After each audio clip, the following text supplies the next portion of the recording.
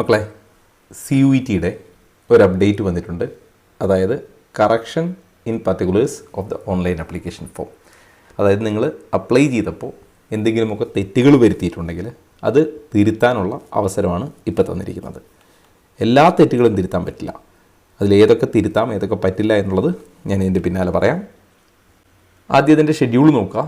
Correction സമയമുള്ളത് ഫെബ്രുവരി 9 തുടങ്ങി ഫെബ്രുവരി 11 രാത്രി 11:50 വരെ മാത്രമാണ്. അതായത് ഫെബ്രുവരി 11 രാത്രി 11:50 വരെ നിങ്ങൾക്ക് കറക്ഷൻ വരുത്താം. എന്തൊക്കെ കറക്ഷൻ വരുത്താം എന്നുള്ളത് അനക്സർ 1-ൽ പറഞ്ഞിട്ടുണ്ട്. അനക്സർ 1 ഞാൻ ഈ വീഡിയോയുടെ ഒപ്പം എക്സ്പ്ലെയിൻ ചെയ്യാം. അപ്പോൾ ഇതിൽ പ്രത്യേകം ശ്രദ്ധിക്കുക.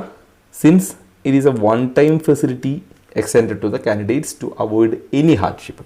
അതായത് അപ്ലിക്കേഷനുമായിട്ട് ബന്ധപ്പെട്ടുണ്ടായ എല്ലാ ബുദ്ധിമുട്ടുകളും പരിഹരിക്കാനുള്ള ഒരേ ഒരു ചാൻസ്.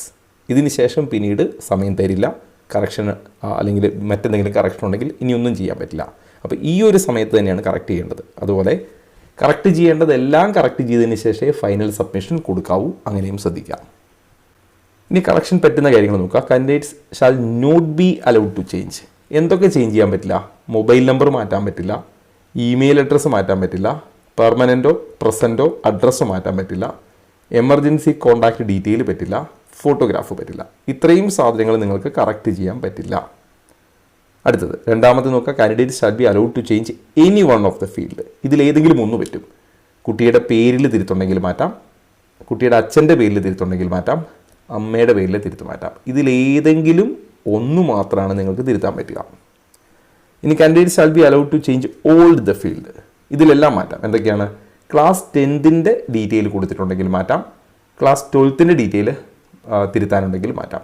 ഇതെല്ലാം നിങ്ങൾക്ക് കറക്റ്റ് ചെയ്യാം, പ്രശ്നമില്ല.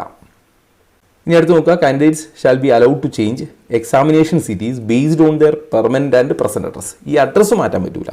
ഓൾറെഡി കൊടുത്തിരിക്കുന്ന അഡ്രസ്സ് അനുസരിച്ച് നിങ്ങൾക്ക് എക്സാം സെൻറ്റർ മാറ്റാം. ഓക്കെ.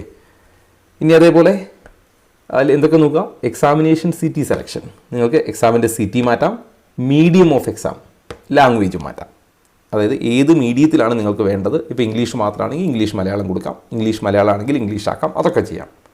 ഇനി candidate shall be allowed to change all the field. ഇതൊക്കെ മാറ്റാം. നിങ്ങളുടെ ഡേറ്റ് ഓഫ് ബർത്തിലെ തിരുത്ത് മാറ്റാം, ജെൻഡർ മാറ്റാം, കാറ്റഗറി മാറ്റാം, സബ് കാറ്റഗറി ഫിസിക്കൽ ഡിസബിലിറ്റി അല്ലെങ്കിൽ UDID കാർഡ് കൊടുത്തിട്ടില്ലാത്തവർക്ക് അത് കൊടുക്കാം, സിഗ്നേച്ചർ മാറ്റാം, ഇതൊക്കെ മാറ്റാം. ഇനി candidate shall be allowed to add or edit. നിങ്ങൾക്ക് ആഡ് ചെയ്യുകയോ എഡിറ്റ് ചെയ്യുകയോ ചെയ്യാം. എന്തൊക്കെയാണ്?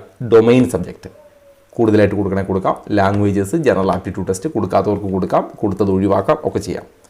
അതുപോലെ candidate shall be allowed to change identity detail. ഇത് ആർക്കാണ് ബാധകം? Only for candidates who registered with identity other than Aadhaar. Aadhaar അല്ലാതെ മറ്റേതെങ്കിലും ഡോക്യുമെൻറ്റ് കൊടുത്തവർക്ക് ആധാർ ഡീറ്റെയിൽ കൊടുത്തുകൊണ്ട് എഡിറ്റ് ചെയ്യാം. ഓക്കെ. ഇനി നോക്കുക. The options to add the subject or edit the subject. നിങ്ങൾ ആഡ് ചെയ്യുകയോ എഡിറ്റ് ചെയ്യുകയോ ഒക്കെ ചെയ്താൽ അതിൽ പ്രത്യേകം ശ്രദ്ധിക്കുക. മാക്സിമം 5 സബ്ജക്റ്റേ പറ്റൂ എന്ന് നേരത്തെ തന്നെ നമ്മൾ പറഞ്ഞിട്ടുണ്ട്. Okay. Including languages and general aptitude test. അപ്പോൾ ഇതിൽ നിങ്ങൾക്ക് അഡീഷണലി കൊടുക്കാം. ഈ 5 മാക്സിമം പറ്റൂ. അതിലേതെങ്കിലും ഒന്ന് ഒഴിവാക്കി വേറെയൊക്കെ കൊടുക്കുന്നതിന് കുഴപ്പമില്ല.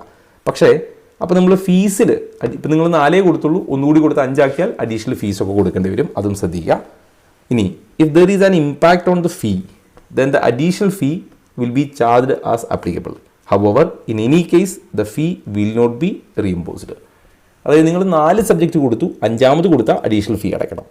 നിങ്ങൾ 5 കൊടുത്തു, അത് 4 ആക്കി എന്നിരിക്കട്ടെ, കൊടുത്ത ഫീ തിരിച്ച് കിട്ടില്ല. അതായത് അങ്ങോട്ട് എന്തെങ്കിലും നിങ്ങൾ കൊടുക്കാനുണ്ടെങ്കിൽ കൊടുക്കണം, ഇങ്ങോട്ട് കിട്ടാനുണ്ടെങ്കിൽ അത് കിട്ടൂല എന്നാണ് അതിൻ്റെ അർത്ഥം. Then correction in these field will be applicable only after the payment of additional fee. നിങ്ങൾ ഇതൊക്കെ കൊടുത്തു, ഈ അഡീഷണൽ പേപ്പറൊക്കെ കൊടുത്തു, ഫീ അടച്ചില്ലെങ്കിൽ ഈ കറക്ഷൻ ബാധകമാവില്ല. ഫീ ഉണ്ടെങ്കിൽ, എല്ലാത്തിനും ഫീ ഇല്ല, ഫീ ഉള്ള കേസിൽ നിങ്ങൾ ഫീ അടച്ചാലേ പറ്റൂ. The only one time correction will be allowed for the candidate or to the candidate. Once the corrections are done and submitted the form shall be frozen. നിങ്ങൾ ഒരു കറക്ഷൻ വരുത്തി സബ്മിറ്റ് ചെയ്താൽ പിന്നെ കഴിഞ്ഞു.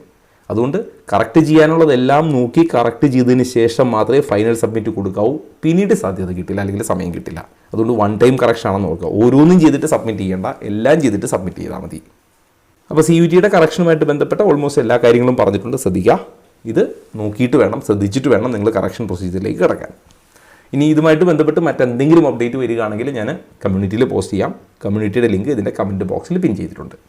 എൻട്രൻസ് സംബന്ധമായ അപ്ഡേഷനുകളും ഏറ്റവും വേഗം ആധികാരികമായി അറിയാൻ സബ്സ്ക്രൈബ് ചെയ്യുക, ബെല്ലൈക്കൺ അമർത്തുക. ഈ വീഡിയോ മറ്റു സുഹൃത്തുക്കളിലേക്കും ഷെയർ ചെയ്ത് നൽകുക.